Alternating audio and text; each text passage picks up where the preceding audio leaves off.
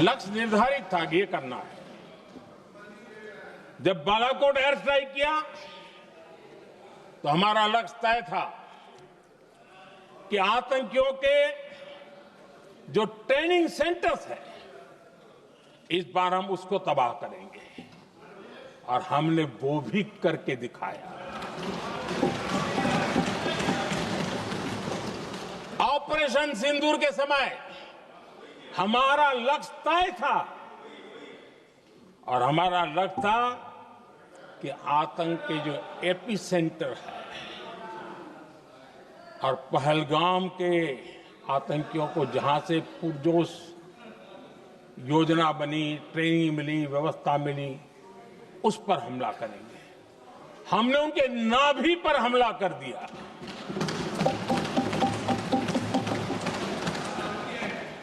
जहां पहलगाम के आतंकियों का रिक्रूटमेंट हुआ, ट्रेनिंग होती थी, फंडिंग होता था, उन्हें टेक्निकल सपोर्ट मिलता था, शस्त्र सरंजाम मिलता था, उस जगह को आइडेंटिफाई किया और हमने सटीक तरीके से ऑपरेशन सिंदूर के तहत आतंकियों की नाभि पे प्रहार कर दिया।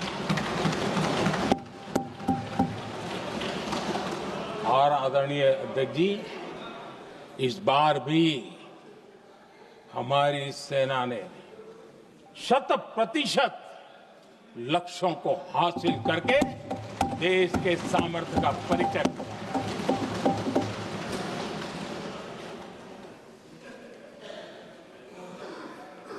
कुछ लोग जानबूझ करके कुछ चीजें भूलने में इंटरेस्टेड होते हैं। देश भूलता नहीं है, देश को याद है। 6 रात और 7 मई सुबह ऑपरेशन हुआ था, और 7 मई को सुबह भारत ने प्रेस कॉन्फ्रेंस हमारी सेना ने की, और इस प्रेस कॉन्फ्रेंस में भारत ने स्पष्ट कर दिया था, और पहले दिन से क्लियर था कि हमारा लक्ष्य है आतंकियों के आका, आतंकियों की जो व्यवस्थाएं जहां से होती है वो, और उनके अड्डे, उनको हम ध्वस्त करना चाहते थे। और हमने प्रेस कॉन्फ्रेंस में कह दिया था, हमने हमारा काम कर दिया है, हमने जो तय किया था पूरा कर दिया है। और इसलिए 6-7 मई को ऑपरेशन हमारे यहां संतोषजनक होने के तुरंत बाद, कल जो राजनाथ जी ने कहा था, मैं डंके की चोट पर दोबारा दोहराता हूं, भारत की सेना ने पाकिस्तान की सेना को चंद मिनटों में बता दिया कि हमारा ये लक्ष्य था, हमने ये लक्ष्य पूरा कर दिया है, ताकि उनको पता चले और हमें भी पता चले कि उनके दिल दिमाग में क्या चलता है।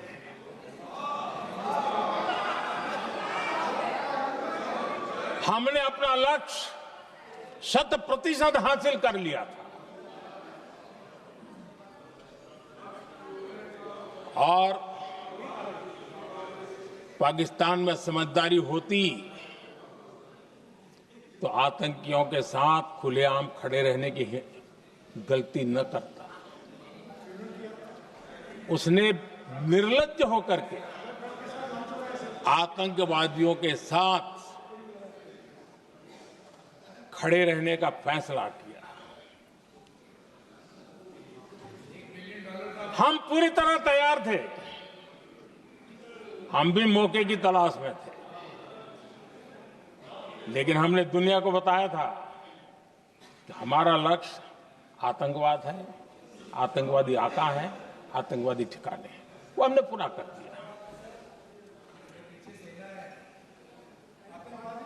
लेकिन जब पाकिस्तान ने आतंकियों की मदद में आने का फैसला किया और मैदान में उतरने की हरकत की, तो भारत की सेना ने सालों तक याद रह जाए ऐसा करारा जवाब दे करके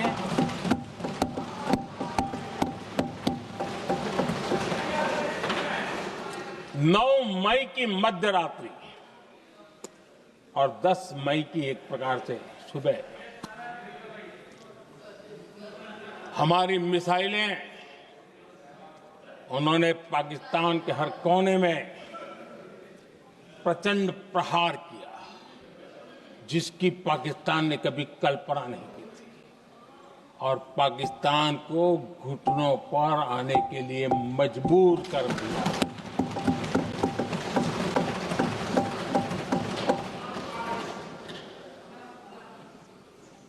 और आपने टीवी में भी देखा है वहां से क्या बयान आते थे।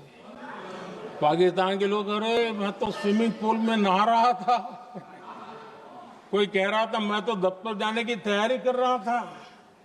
हम कुछ सोचे पहले तो भारत ने तो हमला कर दिया। ये पाकिस्तान के लोगों के बयान है और देश ने देखे हैं। स्विमिंग पूल में नहा रहा था।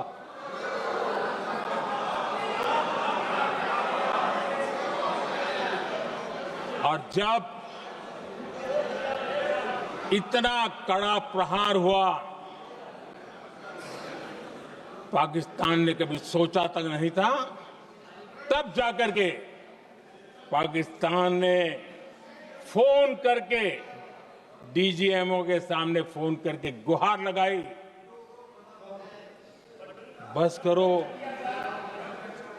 बहुत मारा, अब ज्यादा मार झेलने की ताकत नहीं है, प्लीज हमला रोक दो। ये पाकिस्तान के डीजीएमओ का फोन था। और भारत ने तो पहले दिन ही कह दिया था, 7 तारीख सुबह की प्रेस देख लीजिए, कि हमने हमारा लक्ष्य पूरा कर दिया है, अगर आप कुछ करोगे तो महंगा पड़ेगा। और आप धीरे ऐसे कैसे चलता है? प्लीज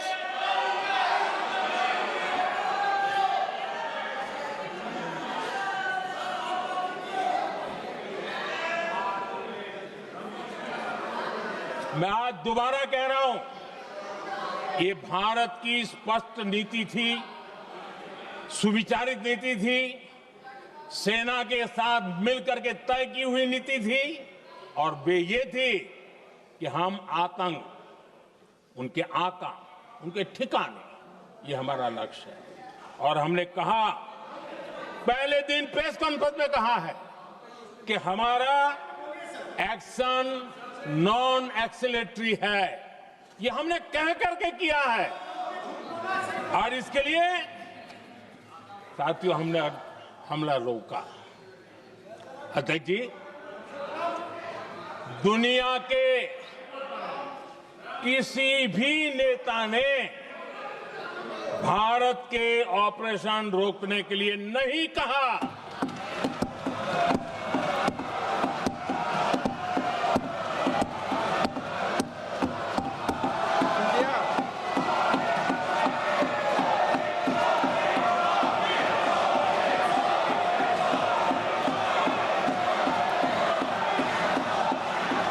उसी दौरान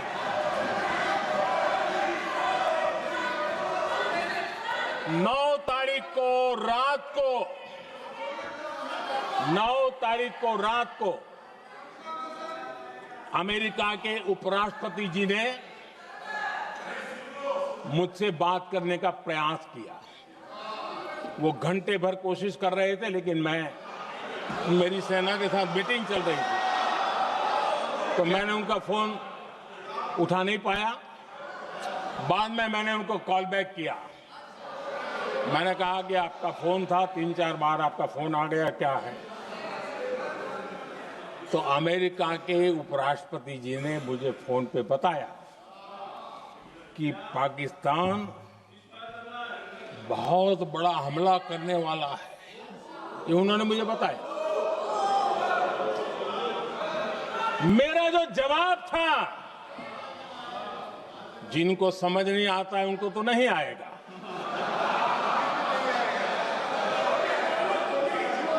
मेरा जवाब था,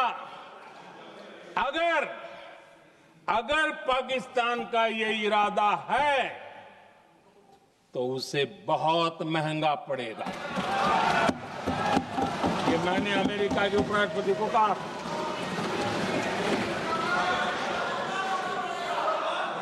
अगर पाकिस्तान हमला करेगा तो हम बड़ा हमला कर करके जवाब देंगे। ये मेरा जवाब था। और आगे मेरा एक वाक्य था, मैंने कहा था, हम गोली का जवाब गोले से देंगे। ये 9 तारीख रात की बात है और 9 रात में और 10 सुबह हमने पाकिस्तान को सैन्य शक्ति को तहस नहस कर दिया था। और यही हमारा जवाब था, यही हमारा जज्बा था। और आज पाकिस्तान भी भली भांति जान गया है कि भारत का हर जवाब पहले से ज्यादा तगड़ा होता है।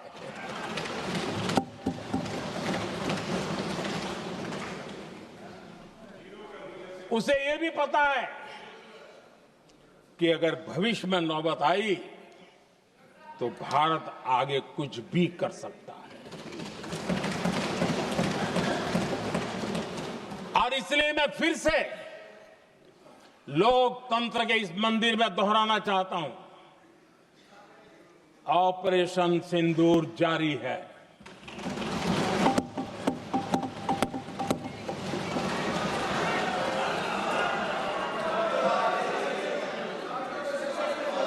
पाकिस्तान ने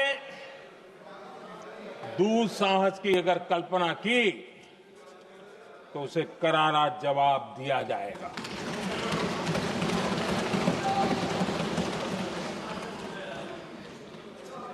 आदरणीय अध्यक्ष जी,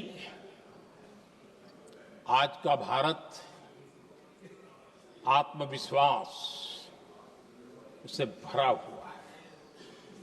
आज का भारत आत्मनिर्भरता के मंत्र को लेकर के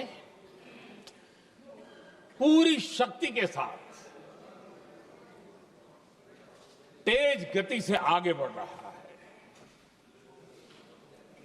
देश देख रहा है भारत आत्मनिर्भर बनता जा रहा है। लेकिन देश ये भी देख रहा है कि एक तरफ तो भारत आत्मनिर्भरता की ओर तेज गति से आगे बढ़ रहा है, लेकिन कांग्रेस मुद्दों के लिए पाकिस्तान पर निर्भर होती जा रही है।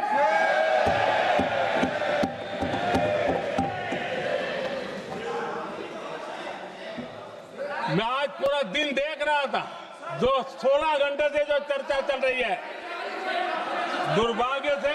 प्लीज बैठिए, सब जवाब दे दिया आपका। आप सुनते नहीं, सबका जवाब दे दिया। प्लीज दुर्भाग्य से सुनिए जवाब।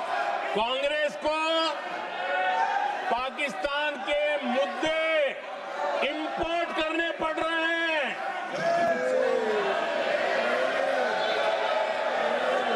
आदरणीय अध्यक्ष जी, आज के वॉरफेयर में इंफॉर्मेशन और नैरेटिव्स की प्लीज बैठिए। बहुत बड़ी भूमिका है।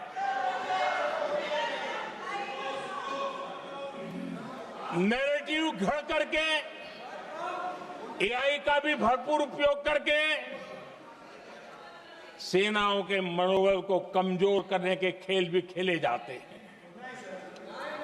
जनता के अंदर अविश्वास पैदा करने के भी भरपूर प्रयास होते हैं।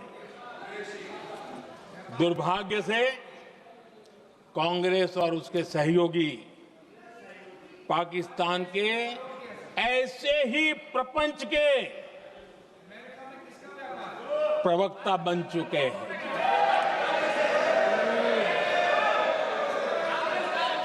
आदरणीय अध्यक्ष जी, देश की सेना ने आदरणीय अध्यक्ष जी, ये तरीका है देश आपका? की सेना ने बैठिए बैठिए। देश की भाई, सेना ने सुनते रहे। सर्जिकल स्ट्राइक की बैठिए।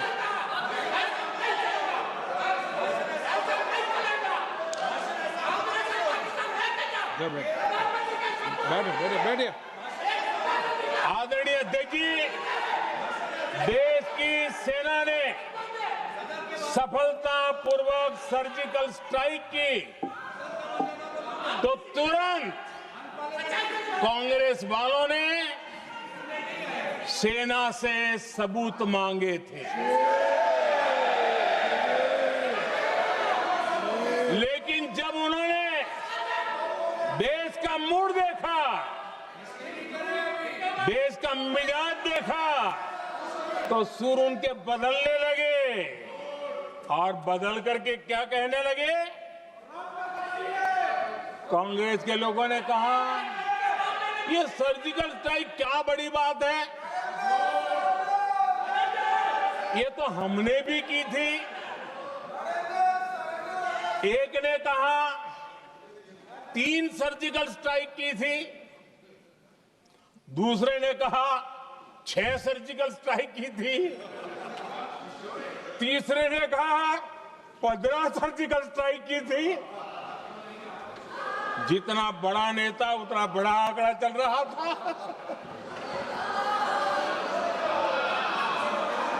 आदरणीय अध्यक्ष जी, इसके बाद बालाकोट में सेना ने एयर स्ट्राइक की।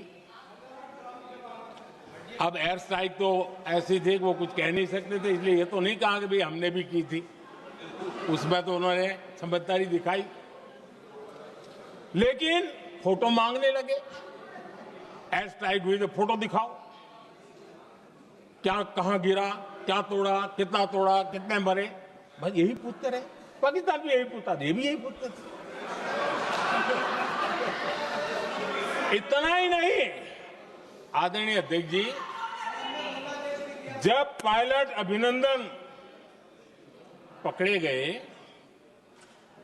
तो पाकिस्तान में तो खुशी का माहौल होना स्वाभाविक था कि उनके हाथ में भारतीय सेना का एक पायलट उनके हाथ लगा था। लेकिन यहां पर भी कुछ लोग थे जो कानों कानों में कह रहे थे,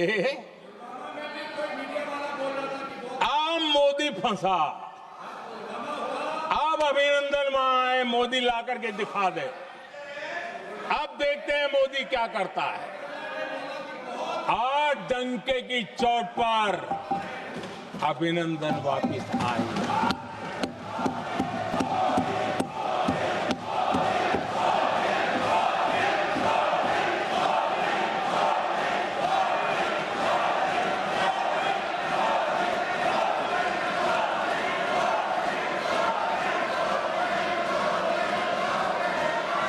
अभिनंदन को ले आए तो इनकी बोलती बंद हो गई।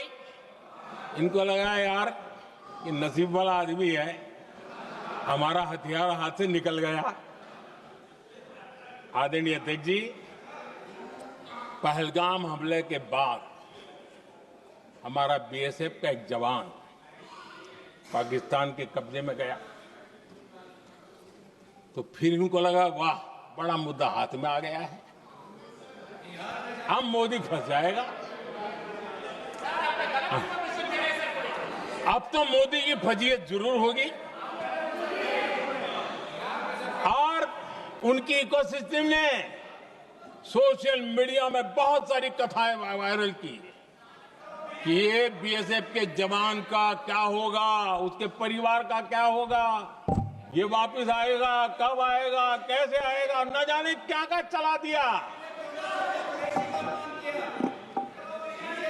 आदरणीय अध्यक्ष जी, बीएसएफ का वो जवान भी आन बान शान के साथ वापस आया।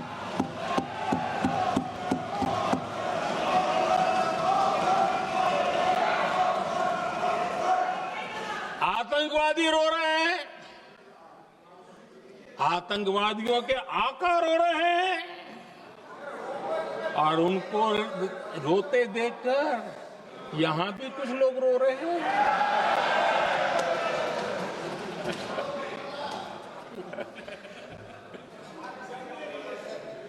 अब देखिए, सर्जिकल स्ट्राइक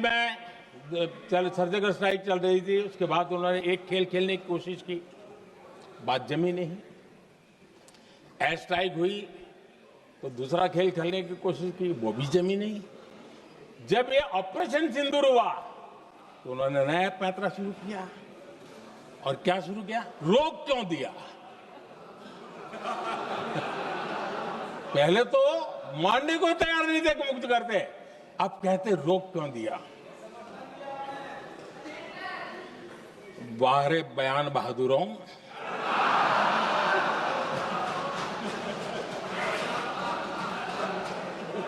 आपको विरोध का कोई न कोई बहाना चाहिए, और इसलिए सिर्फ मैं नहीं, पूरा देश आप पर हंस रहा है।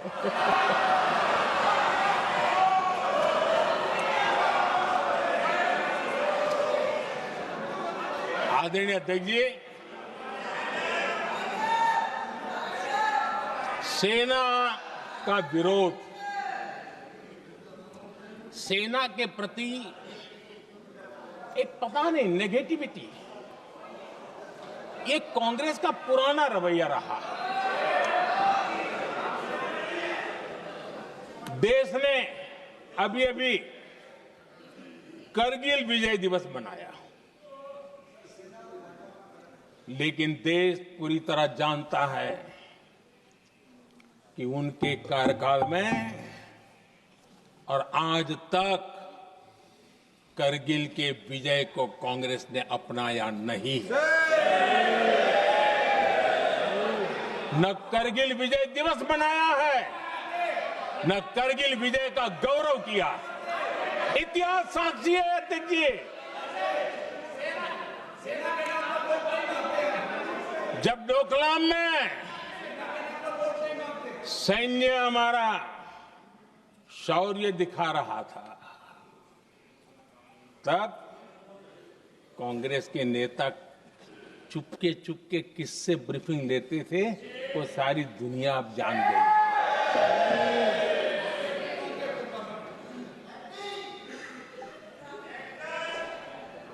आप निकाल दीजिए पाकिस्तान के सारे बयान, और यहां हमारा विरोध करने वाले लोगों के बयान फुल स्टॉप कॉमा के साथ एक है।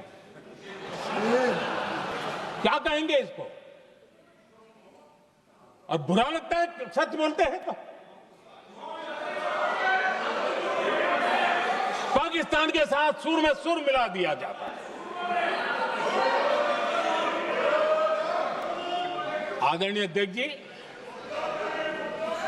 देश हैरान है, कांग्रेस ने पाकिस्तान को क्लीन चिट दे दी है।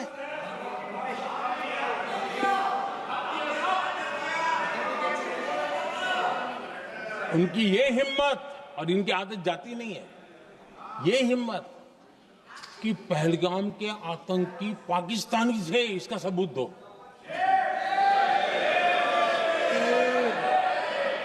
क्या कह रहे हो तुम लोग? ये कौन सा तरीका है? और यही मांग पाकिस्तान कर रहा है जो कांग्रेस कर रही है। और आदरणीय अध्यक्ष जी, आज जब सबूतों की कोई कमी नहीं है, सब कुछ आंखों के सामने दिखता है, तब ये हालत है।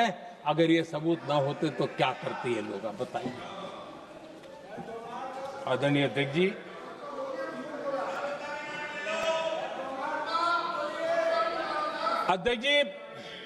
ऑपरेशन सिंदूर के एक पार्ट की तरफ तो चर्चा भी बहुत होती है, ध्यान भी जाता है, लेकिन देश के लिए कुछ गौरव की क्षणें होती हैं, ताकत के परिचय होता है, उसकी तरफ भी ध्यान जाना बहुत आकर्षित है। हमारे एयर डिफेंस सिस्टम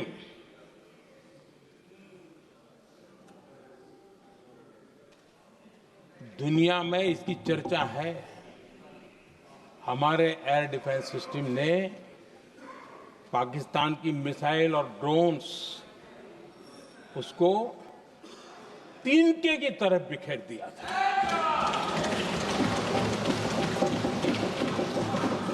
आदरणीय अध्यक्ष जी, मैं एक आंकड़ा आज बताना चाहता हूं, पूरा देश गर्व से भर जाएगा। कुछ लोगों का क्या होगा मैं नहीं जानता, पूरा देश गर्व से भर जाएगा। 9 मई को पाकिस्तान ने करीब 1000 मिसाइलों और आर्म्ड ड्रोन्स के भारत पर बहुत बड़ा हमला करने की कोशिश की। 1000 ये मिसाइलें भारत के किसी भी हिस्से पर गिरती तो वहां भयंकर तबाही मचती, लेकिन 1000 मिसाइल्स और ड्रोन्स को भारत ने आसमान में ही चूर चूर कर दिया।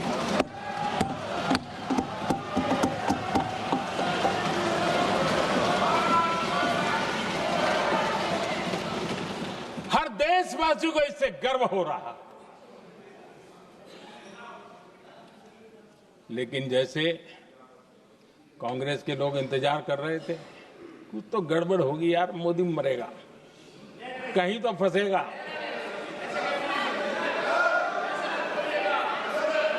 पाकिस्तान ने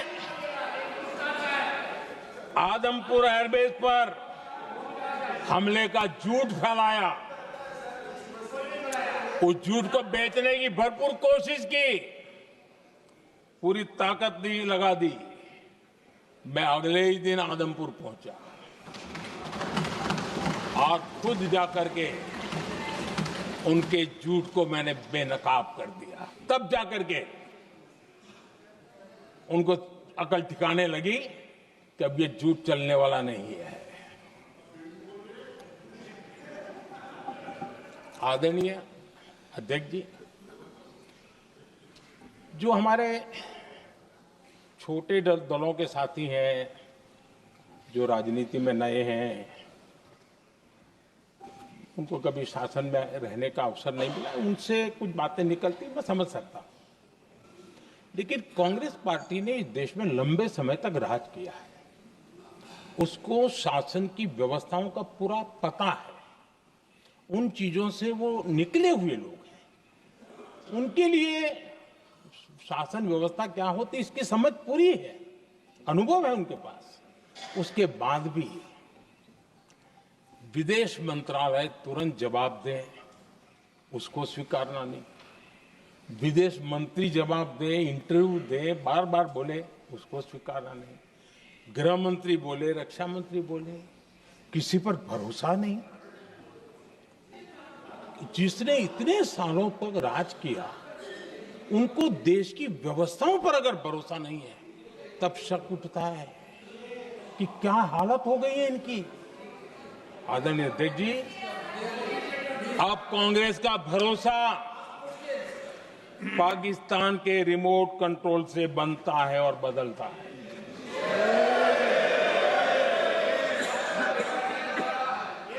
आदरणीय अध्यक्ष जी, एक बिल्कुल कांग्रेस के नए सदस्य, यानी उनको तो क्षमा करनी चाहिए, नए सदस्य को क्या कहेंगे, लेकिन कांग्रेस के आका जो उनको लिख करके देते हैं और उनसे बुलवाते हैं, खुद में हिम्मत नहीं है, उनसे बुलवाते हैं कि ऑपरेशन सिंदूर ये तो तमाशा था, ये आतंकवादियों ने जिन 26 लोगों को मौत के घाट उतारा था ना, उस भयंकर क्रूर घटना पर ये तेजाब छिड़कने वाला पाप है। तमाशा कहते हो? आपकी असहमति हो सकती है, और ये कांग्रेस के नेता बुलवाते हैं।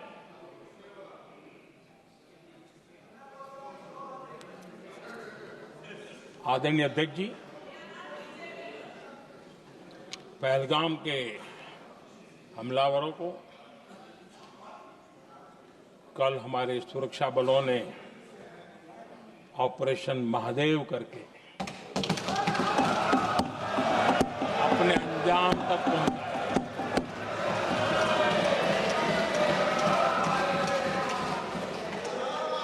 लेकिन मैं हैरान हूं कि यहां ठहाके लगा के पूछा गया कि आखिर ये कल ही क्यों हुआ।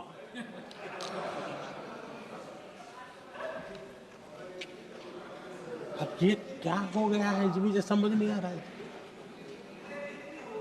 क्या ये ऑपरेशन के लिए कोई सावन महीने का सोमवार ढूंढा गया था क्या? क्या हो गया है इन लोगों को? हताशा, निराशा इस हद तक।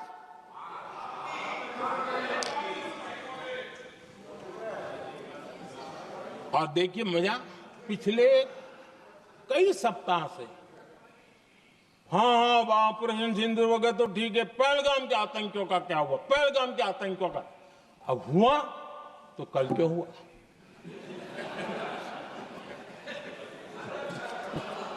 और कल ही क्यों हुआ? क्या हाल है अध्यक्ष जी का। आदरणीय अध्यक्ष जी,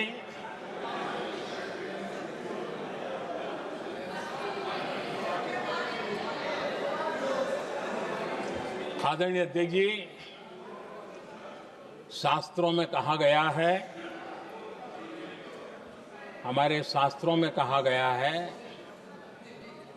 शस्त्रेण रक्षिते राष्ट्रे, शस्त्रेण रक्षिते राष्ट्रे शास्त्र चर्चा प्रवर्तते। अर्थात जब राष्ट्र शस्त्र से सुरक्षित होते हैं तभी वहां शास्त्र की, ज्ञान की चर्चाएं जन्म ले पाती है।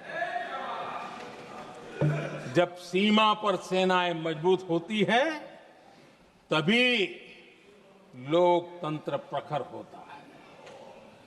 आदरणीय अध्यक्ष जी, ऑपरेशन सिंदूर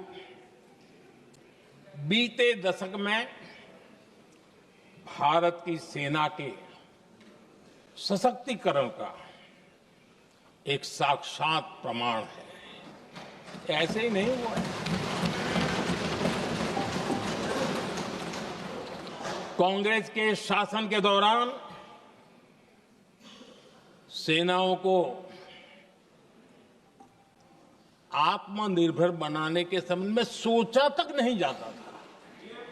आज भी आत्मनिर्भर शब्द की मजाक उड़ाई जाती है। वैसे वो महात्मा गांधी से आया हुआ है, लेकिन आज भी मजाक उड़ाई जाती है।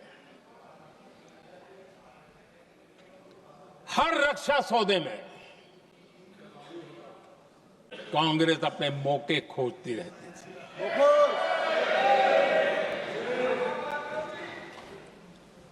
छोटे छोटे हथियारों को लिए विदेशों पर निर्भरता, ये इनका कार्यकाल रहा है।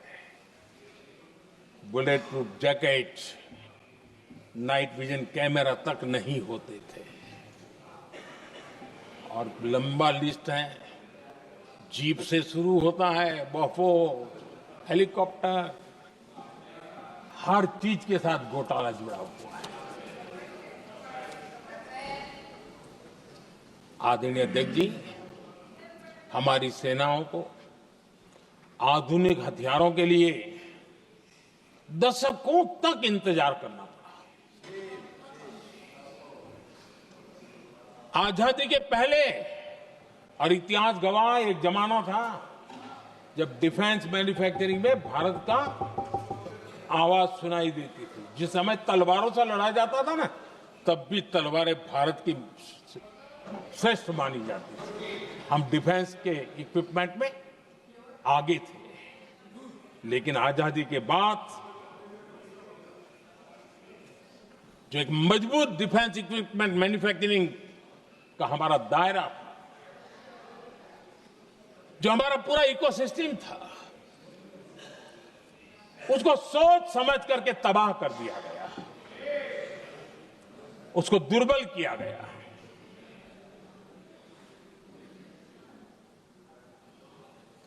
रिसर्च और मैन्युफैक्चरिंग के लिए रास्ते बंद कर दिए गए। अगर इसी नीति पर हम चलते तो भारत इस 21वीं सदी में ऑपरेशन सिंदूर के संबंध में सोच भी नहीं सकता। यह हालत करके रखा हुआ था उन्होंने। भारत को सोचना पड़ता कि अगर कोई एक्शन लेना है तो शस्त्र कहां से मिलेंगे, साधन कहां से मिलेगा, बारूद कहां से मिलेगा, समय पर मिलेगा या नहीं मिलेगा, बीच बचाव में रुकता नहीं जाएगा, ये टेंशन पालना पड़ता है।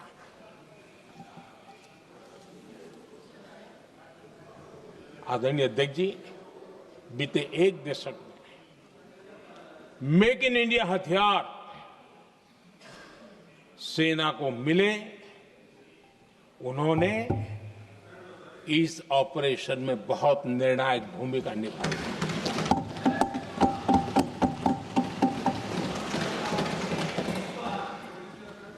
आदरणीय अध्यक्ष जी,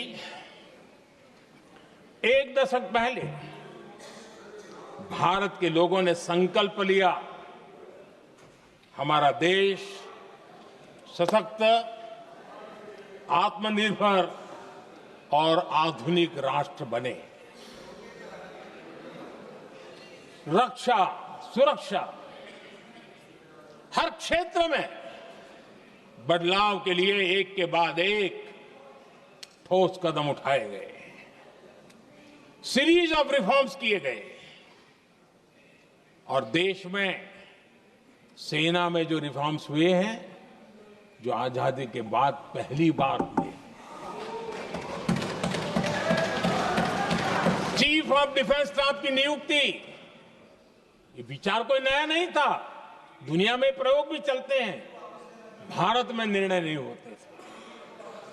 हमने, ये बहुत बड़ा रिफॉर्म था, हमने किया और बहुत ही, मैं हमारी तीनों सेनाओं का अभिनंदन करता हूं कि इस व्यवस्था को उन्होंने दिल से सहयोग किया है, दिल से स्वीकार किया है। सबसे बड़ी ताकत ज्वाइंटनेस और इंटीग्रेशन की इस समय नेवी हो, एयरफोर्स हो, आर्मी हो, ये इंटीग्रेशन और ज्वाइंटनेस ने हमारी ताकत को अनेक गुना बढ़ा दिया और उसका परिणाम भी हमें नजर में आया है, ये हमने करके देखा है। सरकार की जो डिफेंस प्रोडक्शन की कंपनियां थी, उसमें हमने रिफॉर्म किए। शुरुआत में वहां पर आग लगाना, आंदोलन करवाना, हड़तालें करवाने के खेल चल रहे थे, अभी भी बंद नहीं हुए हैं, लेकिन देश हित को सर्वोपरि मान करके उन डिफेंस इंडस्ट्री के हमारे जो लोग थे सरकारी व्यवस्था में, उन्होंने इसको मन से लिया, रिफॉर्म को स्वीकार किया और वो भी आज बहुत प्रोडक्टिव बन गए। इतना ही नहीं, हमने प्राइवेट सेक्टर के लिए भी डिफेंस के दरवाजे खोल दिए हैं और आज भारत का प्राइवेट सेक्टर आगे आ रहा है। आज स्टार्टअप्स डिफेंस के क्षेत्र में हमारे 27-30 साल के नौजवान, टियर 2, टियर 3 सिटी के नौजवान, कई कुछ जगह तो बेटियां स्टार्टअप का नेतृत्व कर रही है। डिफेंस के सेक्टर में सैकड़ों की तादाद में आज स्टार्टअप काम कर रहे हैं।